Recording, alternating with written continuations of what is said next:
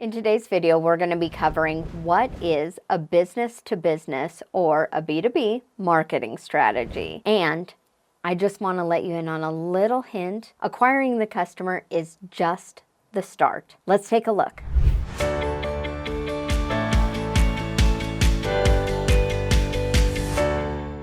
Today, we're going to be talking about that B2B marketing strategy and how you can really build it for long-term success and not just see it as a short-term marketing sprint. I'm going to be talking to you quite a bit about the one question that I ask every one of my customers in order to help determine the right sales pipeline process for their business. So let's talk a little bit about the role that a marketing strategy plays in a B2B marketing strategy versus, say, maybe a B2C. The common misconception about marketing strategy overall is that it's similar to a sales funnel, meaning that it is covering an ad, pushing to a marketing campaign that pushes to a sales pipeline process. And while that is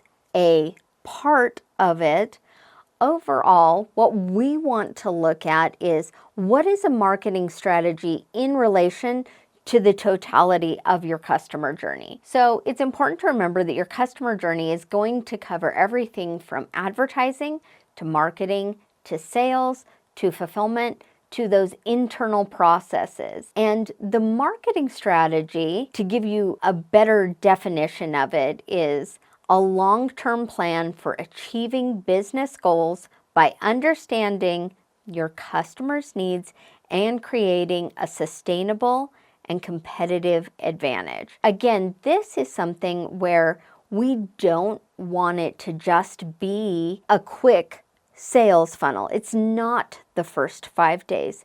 It's a long-term plan. There's a few different parts that I like to be aware of on my marketing strategy. So with the end in mind that our marketing strategy, it's a long-term plan that is going to touch, we want to be aware of the fact that it's all of the interactions that we have with our target audience and our ideal prospects and our ideal clients. We want to make sure that all of this is focused on that target and those ideals. This is going to help us when it comes to putting together all of our sales communications. It's going to help us in creating the right marketing channels. Especially with a B2B, a lot of times we're working with other busy business owners. And so one of the things you want to keep in mind is which marketing channels am I choosing and am I speaking to them where they are at? That's of course critical as well when it comes to a B2C strategy. But the differentiator there is that a lot of times in a B2B setting, we're going to be communicating with different people, different decision makers within an organization, whether that be a solopreneur who has just one employee, or whether we're talking about perhaps business partners and being able to speak to them as separate decision makers, all the way up to a larger organization that has different management or organizational leadership there in order to speak to them. So we do really want to keep in mind how critical understanding our strategy is so that we can speak to the right person, given that we will have more decision makers. All of this helps us to better understand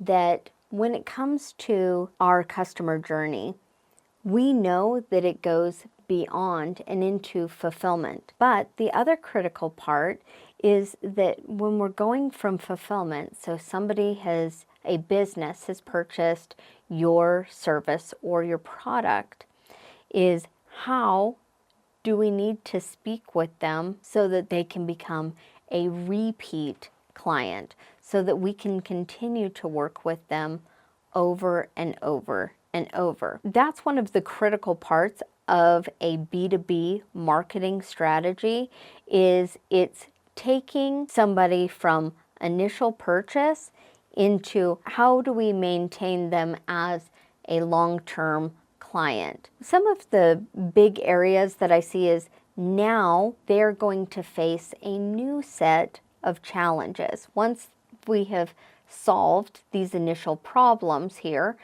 in our fulfillment category, now they will face a new set of opportunities and customer issues.